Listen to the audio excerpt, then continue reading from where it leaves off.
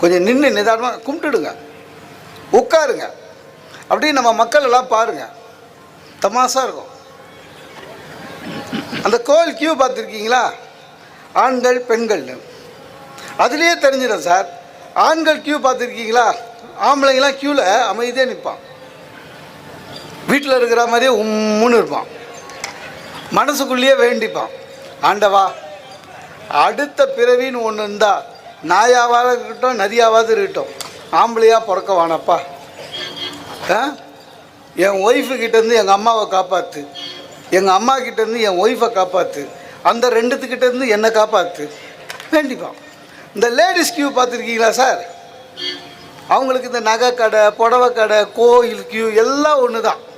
பேசிக்கிட்டே இருக்காங்க ஒன்றுக்கு ஒன்று, அப்படியே நகர்ந்து போவோம்.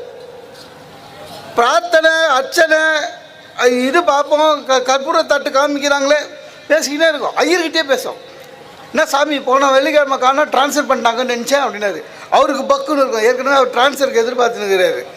அப்புறம் இறங்கும்போது சொல்லுங்கள், சாமியே பார்க்க முடியல, ரொம்ப கூட்டம், நீ எங்கே பார்த்த? பேசிக்கல போனேன்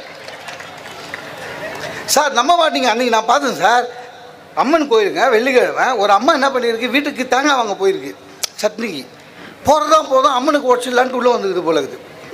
நானும் தட்டு கொடுத்தேன், அதுவும் தட்டு கொடுத்தது, தேங்காய் தட்டு. உண்மையிலே அந்த அம்மா வச்சு இந்த தேங்காய் பெருசு கொடுத்துடுச்சு, உள்ளே போயிடுச்சு. போயிட்டு வெளில வரும்போது ஐயர் என்ன பண்ணிட்டார், தட்டை மாற்றி கொடுத்துட்டாருங்க. அந்த அம்மாவுக்கு சின்ன தேங்காய் வந்துடுச்சு.